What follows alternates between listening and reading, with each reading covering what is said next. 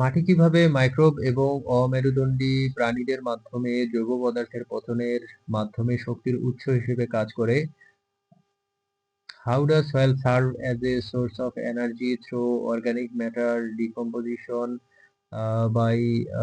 microbes and invertebrates? মাটি microbe এবং অমেরুদণ্ডী প্রাণীদের মাধ্যমে জৈব পদার্থের পতনের মাধ্যমে শক্তি উৎস হিসেবে কাজ করে, যেখানে এই অণুজীব এবং প্রাণীরা মৃত উদ্ভিদ, প্রাণী এবং অন্যান্য জীব পদার্থকে ভেঙে সরল অজৈব উপাদানে পরিণত করে, যা তাদের নিজেদের বৃদ্ধি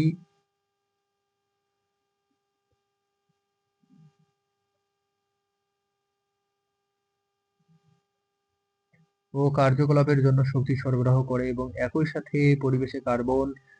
নাইট্রোজেন ও ফসফরাসের মতো পুষ্টি উপাদান নির্গত করে।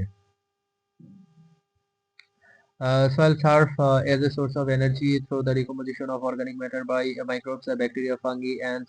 invertebrates, earthworm, insects, where these microorganisms and animals break down dead plants, animals, and other organic materials into simple inorganic elements, which provide energy for their own growth and activity while releasing nutrients such as carbon, nitrogen, and phosphorus into the environment. এই পচন প্রক্রিয়াটি মাটির খাদ্য জালকে সচল রাখে, যা বিভিন্ন প্রকার জীবের মধ্যে শক্তির স্থানান্তর নিশ্চিত করে এবং উদ্ভিদের জন্য প্রয়োজনীয় পুষ্টি উপাদান সরবরাহ করে, যা উদ্ভিদের বৃদ্ধি ও বিকাশে সহায়ক এবং এটি মাটিকে একটি স্বয়ংক্রিয় এবং টেকসই বাস্তুতন্ত্র হিসেবে কাজ করতে সাহায্য করে। This decomposition process keeps the soil food web active, ensuring the transfer of energy between different types of organisms and provide the necessary nutrients for plants, which are helpful for plant growth and development, and it helps the soil function